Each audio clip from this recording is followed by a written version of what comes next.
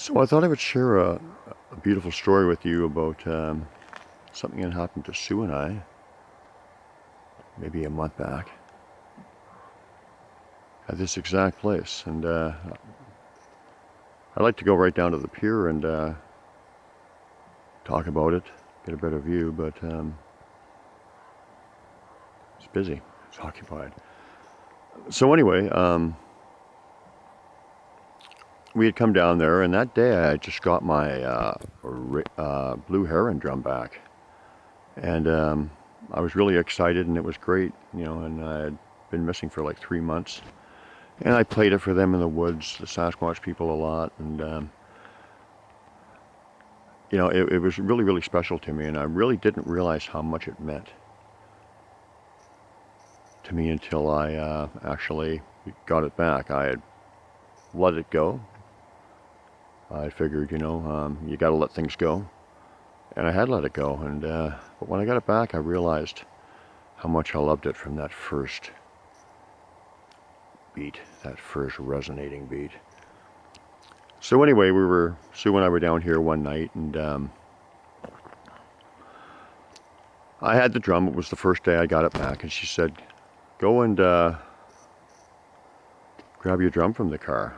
We were sitting down here, and we were back up in the parking lot up over in this area, and so I went up there, and I'm walking back towards Sue, and I'm beating on my drum and singing away and talking about the blue heron drum and how much I love it and how grateful I am, and thinking about the Sasquatch people and stuff. And so I get back to the pier, and we're sitting there, Sue and I, and we hear an owl, like, cuckoo, coo, cuckoo, coo, but except it was only once.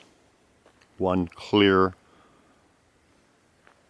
barred owl call, in my opinion. But Sue said, you know, I don't think that's an owl.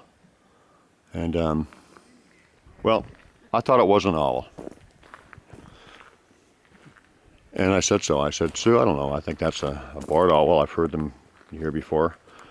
But she had a feeling it wasn't. And, you know, we heard a series of like 3 or 4 owl calls. And on approximately the 3rd or 4th one, Sue was gently beating on my drum and sitting there, and we had just heard the last call. And she said, you know, they imitate owls. And to me that was absurd, why she said that, because, well, you know, we know they imitate owls. We've experienced that a lot, so it was kind of like, okay, Sue, why are you stating the obvious?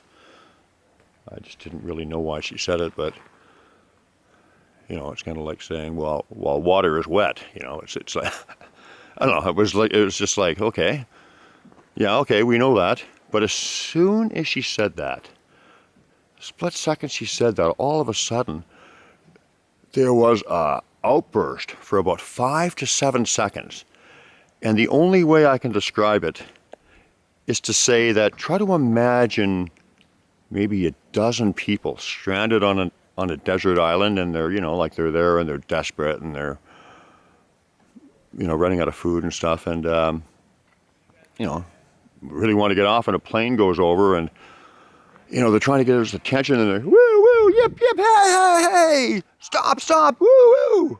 Well, that's what we heard for about 5 to 7 seconds. Except it was yells, screams, whoops, yips, hollers, everything you could hear. It was like about 12 voices in unison, except all doing different things. And it was surreal, and it was one of the most magical things I've ever experienced. And you know, the thing is that Sue for a long time has been saying, God, I would love to hear a vocal. I would love to hear a vocal. And we haven't heard any up here for quite a while. And she hasn't heard any for the longest time. And, well, I think she heard some vocals that day. It was magical.